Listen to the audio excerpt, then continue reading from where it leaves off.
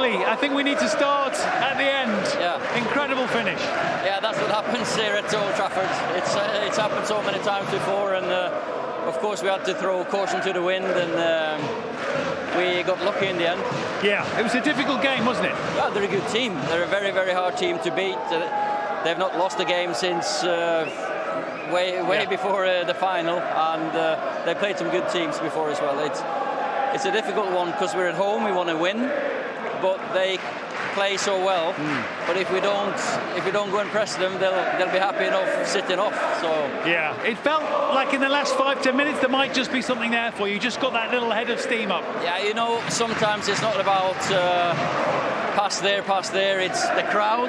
Stretford End has sucked a few balls in before. I know that, and then that's probably what happens. And when you got Cristiano on the pitch, it's always a chance. Absolutely. I mean, obviously he's involved. He scores the goal, but I would point out Lingard as well. It's a fantastic touch, knowing that Ronaldo's waiting for it. The combination play is terrific. And Jesse was probably not happy, not playing more. So of course. But he comes on, makes an impact. That's what you do when you're a sub at this club. And that's why you brought the main man back, eh? Yeah, that's seriously. He's so good in front of goal, and he has an impact on everyone, the crowd, the players, the whole club. How important was tonight for you, for the team, for the crowd, given the last couple of weeks, difficult couple of weeks for you? It's massive for the players, of course, just to win games in this fashion after we lost the game in Bern in that fashion is great. So I'd rather have a win and a defeat than 2 draws. Yes, and obviously you'll know you're playing Atalanta twice next in it's a difficult group, this. No, they're a good team again. So every game's hard. You know, this level, you can see results yesterday that you don't really believe when you see them, but that's European football now. The margins are so fine. Sleep a bit easier tonight? No, probably not, because the adrenaline, but you're on to the Everton game already. Thank you very much, well done. Cheers, thanks. Gunnar Solskjaer just said there this was massive for the players, but it was massive for him as well, Owen. Yeah, you see the emotion on his face. He knows what it means. Obviously scored some huge goals for the football club, but this stadium just went nuts, and I think that's what Cristiano gives you. He gives you hope that there's, you know, that he can score those big goals, and I just think he gives this team so much confidence. That's why you don't take him off. He looked a bit tired, as Mo said. You know, he had a busy night up there, but you don't take him off because he gives you those moments which are so special. And as you pointed out before, Ole Gunnar Solskjaer has been questioned a lot for his tactics and his substitutions at times, but today the subs, he got those right. Yeah, he did. I mean, ends up he did, but as I say, I would have preferred to have seen Jesse Lingard come on earlier. I was thinking, right, Cavani and Lingard have got to come on around the hour mark. Cavani did, but he also brought Matic on, and I was quite surprised at that. But then he eventually did bring Jesse Lingard on, who is really, you know, riding the crest of a wave at the minute. He's playing so well. And it just gave energy. They just looked more of a team then, I thought. There was a lot more movement up front. Cavani was outstanding, I thought, when he came on.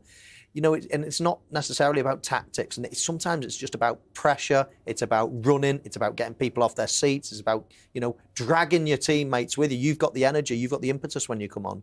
So you've got to almost lift the game. You've got to make something happen. And I thought Cavani did that. And then, of course, Jesse Lingard at the end was the icing on the cake. He was. And we've got to talk about Villarreal because they were fantastic, actually. And they'll be absolutely gutted that they didn't walk away with anything from this. Yeah, good side. You know, as Oli said there, look, defensively, they're good. In midfield, they got good experience, good balance in it. Danjuma was probably the best player on the pitch. You know, if he plays like that, he's going to nick a big move, by the way, because he was almost unplayable. I mean, at times, Michael was saying, it had a bit of a Mbappe vibe to it. The way he was dribbling by people was so explosive. He had end product as well. And if it wasn't for David De Gea, United were going to be big trouble in the first half, especially down this left-hand side. There was so much space for Villarreal to get into, but yeah, I thought in the end, you know, the stadium was able to grab hold of the game, and the big players changed it. But Danjuma put on a show, especially in the first half. We'll be talking about Danjuma for a while, won't we? I'm sure he's caught the eye of a lot of people. Yeah, I think there was a couple of people interested before, and he eventually went to Villarreal. But I think there'll be a few big Premier League teams now looking at him. That was a real good performance. He's at a young age. I think he's only 24. He's direct. He can score goals. We saw that at Bournemouth, and we've seen it already this season. He can create, as he did there, especially in the first half. And, of course, he made the assist for the goal in the second half. I thought it was a brilliant performance. And there's not many players, wide players, that are direct, that beat players and score a lot of goals. And I think he's one, and I'm sure there'll be a lot of people watching that. So how much of a confidence boost, then, is tonight's result for Manchester United, given the tricky run of fixtures to come? Huge. I mean, look, the best team outside of Man United in this group is Atalanta, and that's going to be tough, home and away. They play some proper football, so that game could go either way.